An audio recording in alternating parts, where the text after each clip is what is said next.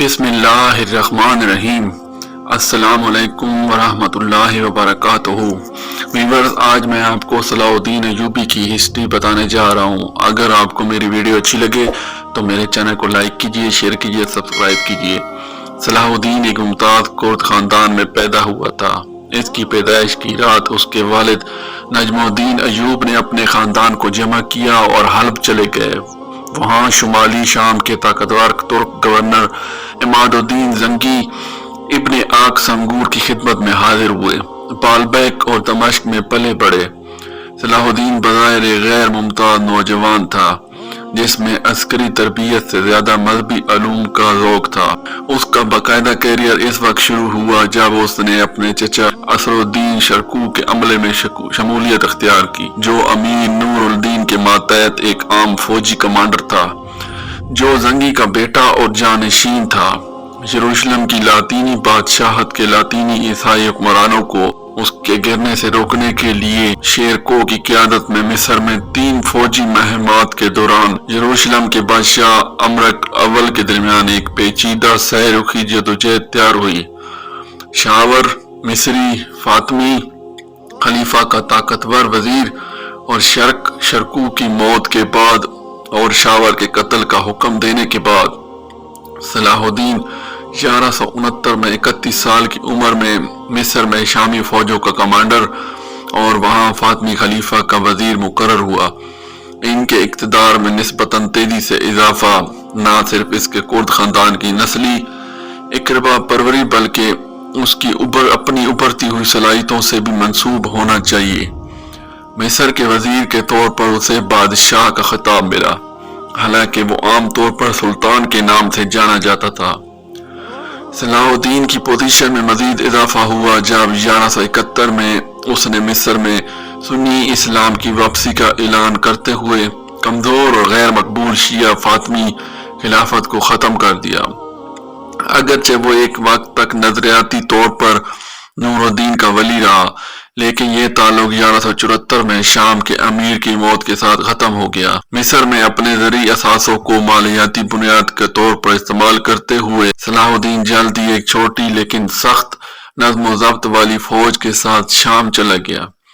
اپنے سابق وزیر اعظم کے جوان بیٹے کی جانب سے ریجنسی کا دعویٰ کرنا، تاہم جلد ہی اس نے اس دعوے کو ترک کر دیا اور 1174 سے 1186 تک اس نے جوش کے ساتھ اپنے معیار کے تحت شام، شمالی میسوپوٹیمیا، فلسطین اور مصر کے تمام مسلم علاقوں کو متحد کرنے کا مقصد حاصل کیا۔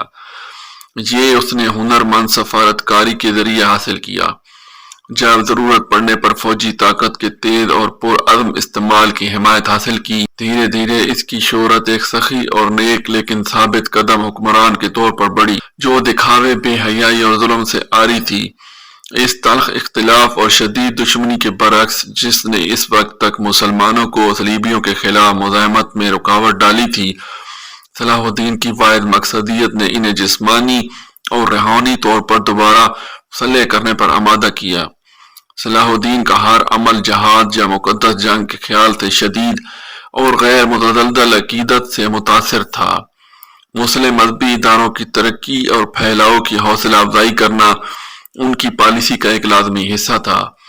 اس نے ان کے علماء اور مبلغین کی خدمت کی، ان کے استعمال کے لیے کالج اور مساجد کی بنیاد رکھی اور انہیں اصلاحی کام لکھنے کا حکم دیا، خاص طور پر خود جہاد پر اخلاقی تخلیق نو کے ذریعے، جو کہ اس کے اپنے طرز زندگی کا ایک حقیقی حصہ تھا۔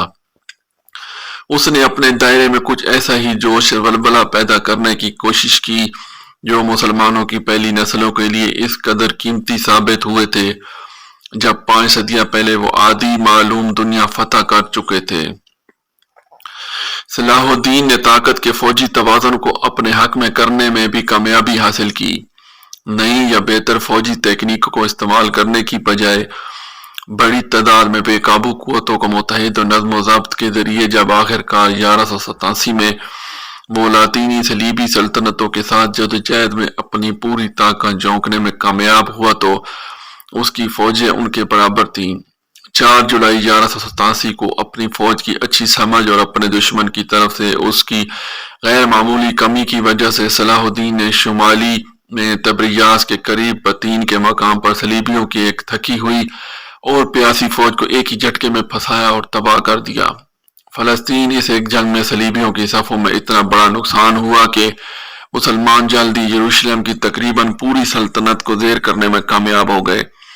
ایکڑ، تورون، بیروت، سیڈون، ناصرت، سیزیریا، نابلس، جافا اور اسکالون 3 ماہ کے اندر گر گئے، لیکن صلاح الدین کی تاج پوشی کی کامیابی اور پوری صلیبی تحریک کو سب سے زیادہ تباہ کن دھچکا 2 اکتوبر 1187 کو اس وقت لگا جب یروشلم شہر جو مسلمانوں اور عیسائیوں دونوں کے لیے مقدس ہے نے 88 سال بعد فرانکس کے ہاتھوں میں صلاح الدین کی فوج کے سامنے ہتھیار ڈال دیے۔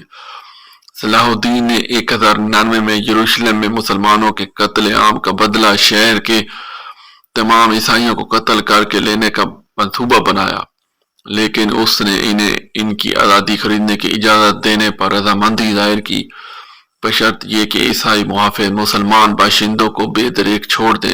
اس کی اچانک کامیابی جس نے 1199 میں دیکھا کہ صلیبیوں نے صرف 3 شہروں پر قبضہ کر لیا، تاہم ٹائر پر قبضہ کرنے میں اس کی ناکامی کی وجہ سے متاثر ہوا۔ ایک تقریباً ناقابل تسخیر ساحلی قلعہ جس کی طرف حالیہ لڑائیوں میں بکھرے ہوئے عیسائی بچ گئے تھے، یہ لاطینی جوابی حملے کا ریلنگ پوائنٹ ہونا تھا۔ غالباً صلاح الدین نے یروشلم پر اپنے قبضے پر یورپی رد عمل کا اندازہ نہیں لگایا، ایک ایسا واقعہ جس نے مغرب کو گہرا صدمہ پہنچایا اور اس نے صلیبی جنگ کے لیے ایک نئی کال کے ساتھ جواب دیا۔ بہت سے عظیم رئیسوں اور مشہور شورویروں کے علاوہ اس صلیبی جنگ تیسری نے 3 ملکوں کے باشندوں کو جدوجہد میں لایا۔ عیسائی کوششوں کی وسعت اور ہم اثروں پر اس کے دیرپا تاثر نے صلاح الدین کا نام ان کے بہادر اور بہادر دشمن کے طور پر دیا، ایک اضافی چمک جو اس کی فوجی فتوحات اسے کبھی بھی عطا نہیں کر سکتی تھی۔ صلیبی جنگ بذات خود طویل اور تھکا دینے والی تھی، اگرچہ رچرڈ اول کی عسکری ذہانت واضح طور پر اگرچہ بعض اوقات متاثر کن تھی، اس میں صلاح الدین کی سب سے بڑی لیکن اکثر غیر تسلیم شدہ کامیابی ہے۔ تھکے ہوئے اور ناخوشگوار جاگیردارانہ محصولات کے ساتھ جو ہر سال صرف ایک محدود سیزن سے لڑنے کے لیے پرعزم ہے، اس کی ناقابل تسخیریت اسے عیسائیوں کے سب سے بڑے چیمپئن کا مقابلہ ڈرا کرنے کے قابل بنائے گی۔ صلیبیوں نے لیونٹائن کے ساحل پر ایک غیر یقینی قدم سے کچھ زیادہ ہی برقرار رکھا اور اکتوبر 1192 میں جب کنگ رچرڈ نے مشرق وسطی کو چھوڑا تو جنگ ختم ہو گئی۔ صلاح الدین اپنے دارالحکومت دمشق کی طرف واپس چلا گیا۔ جلد ہی انتخابی مہم کے طویل موسم اور کاٹھی میں نہ ختم ہونے والے گھنٹوں نے اسے پکڑ لیا اور وہ مر گیا۔ جب اس کے رشتہ دار پہلے ہی سلطنت کی ٹکڑوں کی تلاش میں تھے، اس کے دوستوں نے پایا کہ مسلم دنیا کے سب سے طاقتور اور سب سے زیادہ سخی حکمران نے اپنی قبر کی ادائی کے لیے اتنی رقم نہیں چھوڑی تھی۔ صلاح الدین کا خاندان ایوبید خاندان کے طور پر مصر اور پڑوسی سرزمین پر حکومت کرتا رہا، جس نے 1250 میں مملوک خاندان کو موت کے گھاٹ اتار دیا۔